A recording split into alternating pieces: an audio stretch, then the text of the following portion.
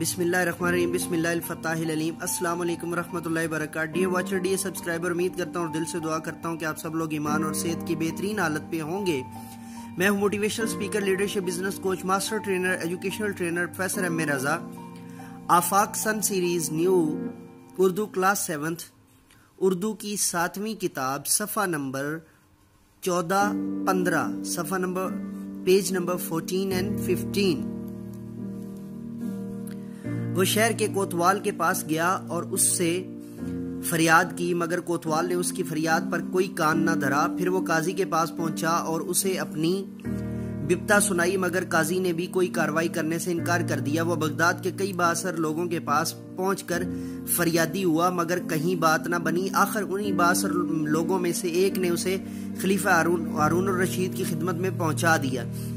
हसन ने खलीफा के सामने अपनी मुसीबत की दास्तान बयान की तो खलीफा को इस बात का यकीन फौरन हो गया कि हसन जो कुछ बयान कर रहा है सही है, मगर उस मसले का कोई हल नहीं सूझ रहा था। कानूनी तौर पर सूरत ये थी कि हसन ने शहद का मशकीज़ा शरफुद्दीन के पास अमानत रखवाया और 1 साल बाद शरफुद्दीन ने यह मशकीज़ा हसन को वापस कर दिया। इस लिहाज से शरफुद्दीन पर कोई इल्ज़ाम नहीं आता था, क्योंकि हसन ने अमानत रखवाते वक्त सिर्फ शहद का जिक्र किया था, अशरफियों का नहीं।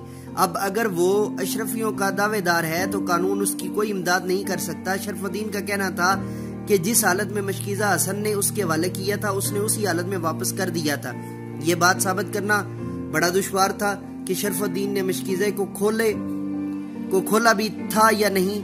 ये एक ऐसा पेचीदा और दिलचस्प मुकदमा था कि सारे बगदाद की महफिलों में इसका चर्चा होने लगा।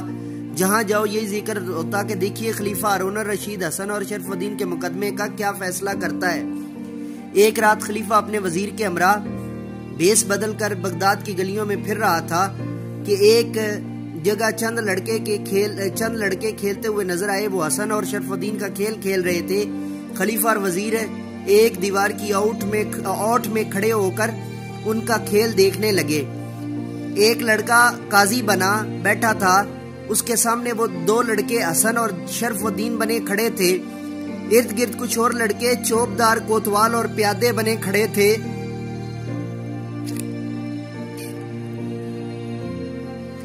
काजी लड़के ने निहायत रौबदार आवाज में हसन से कहा, अपनी फरियाद पेश करो फरियादी। वो लड़का जो हसन बना हुआ था बोला, हजूर मैं अपना शहद का मशकीज़ा शरफुद्दीन के पास अमानत रखवा गया था। उस मशकीज़े में शहद के अलावा 1000 अशरफियां भी थीं। शरफुद्दीन के ने मशकीज़ा मुझे वापस दिया तो इसमें सिर्फ शहद था, अशरफियां मौजूद न थीं। वो अशरफियां मेरी उम्र भर की कमाई हैं। हजूर वो मुझे शरफुद्दीन से वापस दिलवाई जाएं। अब काजी लड़का शरफुद्दीन से मुखातब हुआ, तुम इसके जवाब में क्या कहते हो शरफुद्दीन? वो लड़का जो शरफुद्दीन बना हुआ था कहने लगा, हजूर इस शख्स ने जो कुछ बयान किया वो बिल्कुल झूठ है।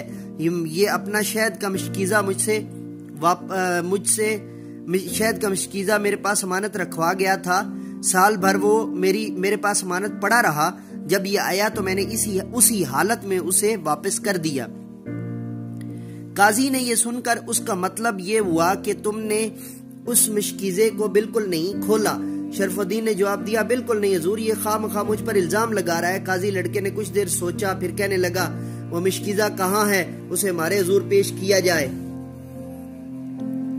Page number 15। वो लड़का जो हसन बना हुआ था जरा झुका। उसने अपने कदमों में से बड़ा पड़ा हुआ मशकीज़ा उठाकर काजी की तरफ बढ़ाते हुए कहा, ये लीजिए हजूर। काजी लड़के ने दोनों हाथों में मशकीज़ा थामकर उसे एक नजर देखा, फिर हसन से कहा, क्या ये तुम्हें इसी हालत में मिला था? जी हुजूर, हसन ने कहा, मैंने इसे खोलकर देखा जरूर था, मगर जब ये मालूम हुआ कि इसमें से अशरफियां गायब हैं तो फिर बंद कर दिया। काजी लड़के ने कहा, अच्छा हम देखते हैं। ये कहते हुए उसने मशकीज़ा खोलकर उसमें से झूठ मूठ थोड़ा सा शहद चखा और फिर बोला, शाही तबीब को हाजिर किया जाए। ये सुनकर एक लड़का आगे बढ़ा और काजी लड़के के सामने झुककर आदाब बजा लाते हुए कहने लगा, गुलाम हाजिर है हुजूर। काजी लड़के ने कहा, आज तुम्हारे हिकमत और दानाई का इम्तिहान है। ये शहद का वो मशकीज़ा है जो हसन ने 1 साल पहले शरफुद्दीन के पास अमानत रखवाया था।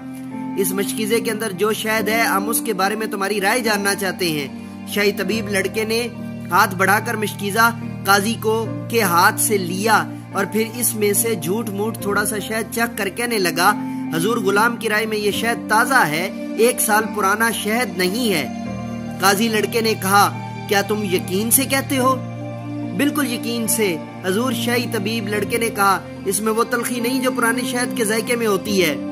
اس پر قاضی لڑکے نے کہا ٹھیک ہے، ہمارا خیال بھی یہی تھا، مگر شرعی طبیب کی رائے کے بغیر کوئی قدم اٹھانا نہیں چاہتے تھے۔ پھر وہ شرف الدین سے مخاطب ہوا، جانتے ہو اس کا کیا مطلب ہے؟ اس کا مطلب ہے کہ تم نے امانت میں خیانت کی ہے، تم نے مشکیزہ کھول کر اس میں سے شہد اور اشرفیاں نکال لیں اور اس میں بازار سے شہد لے کر بھر دیا۔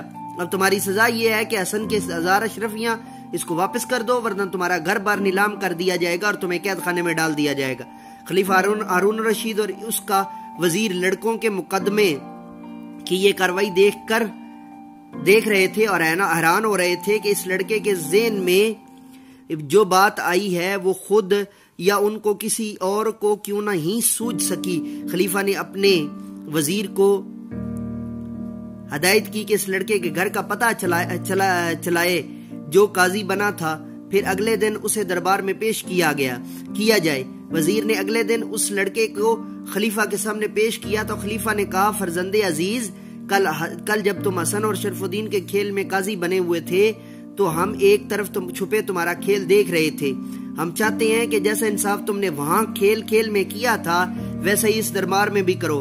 وہاں تم حسن اور شرف الدین کے مقدمے میں قاضی بنے ہوئے تھے، میں یہاں بھی قاضی کا عہدہ تمہارے حوالے کرتا ہوں۔